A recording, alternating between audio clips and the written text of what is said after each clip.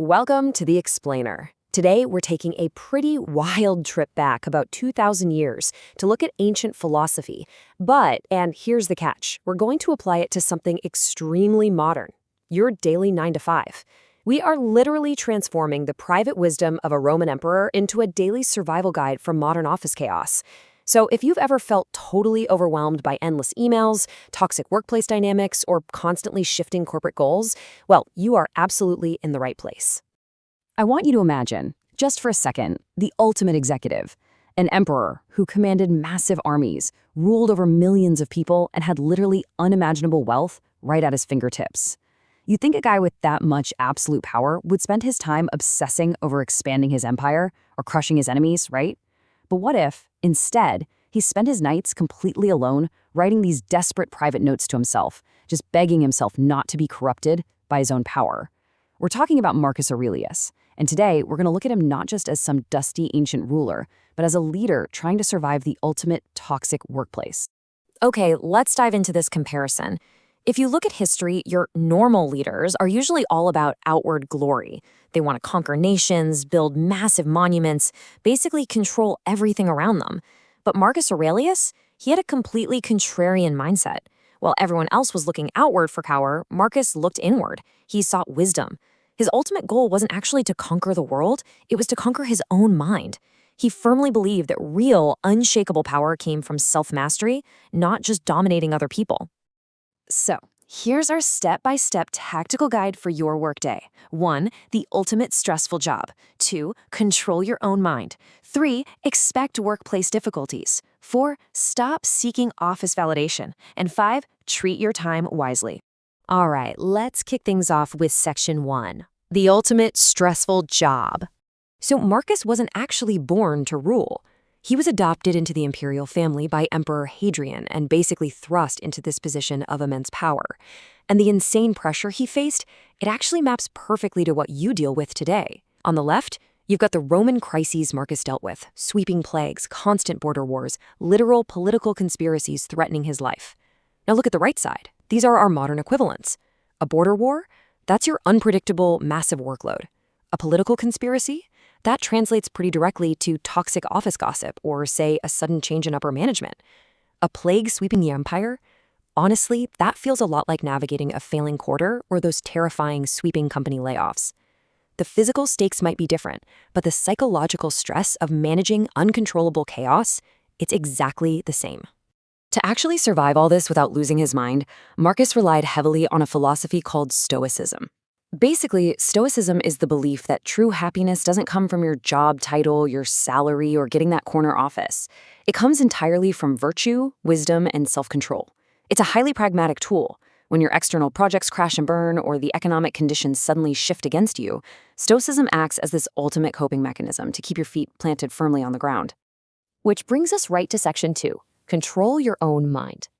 You know, during his absolute worst, most stressful military campaigns, Marcus kept this private journal just to stay sane while the empire was quite literally burning down around him.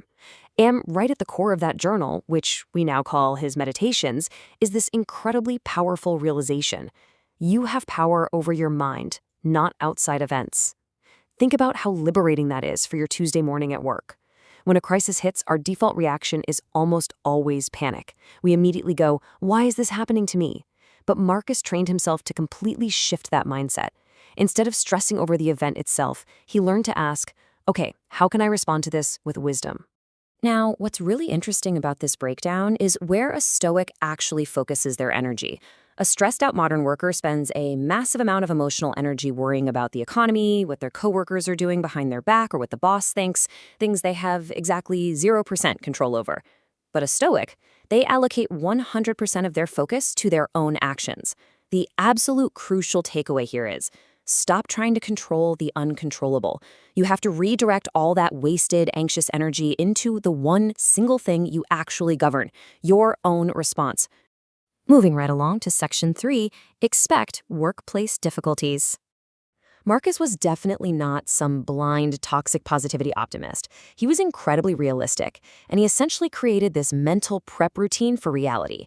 Let's walk through his actionable steps for the morning, right before you even dare to open your inbox. Step 1. Expect difficult people. Literally, before you log on, just acknowledge that someone today is going to be completely unreasonable. A client will be frustrating, or a tech system is going to crash. When we actually expect it, it doesn't blindside us. Step 2. Remember, you can only control your response. You can't control that an urgent, passive-aggressive email just landed in your lap. But Step 3. Respond with wisdom. Don't immediately fire back that angry reply you just typed out. Pause, process the situation, and consciously choose a rational, measured response. This simple if-then strategy will drastically reduce your daily frustration. All right, hitting the midday slump with Section 4, stop seeking office validation. So as we enter the midday grind, the temptation to chase after digital approval is at an absolute peak. Think about it. Today, we are so addicted to temporary metrics. We chase likes on our professional profiles. We constantly count our followers. We basically crave that shout-out on the company's Slack channel. And we tie our entire self-worth to whether or not we get that next promotion. But remember, Marcus was the emperor of the known world. He had ultimate fame and ultimate validation, yet he constantly had to remind himself that all of it was completely meaningless. True worth, he believed, comes solely from your character, not from fleeting attention from other people.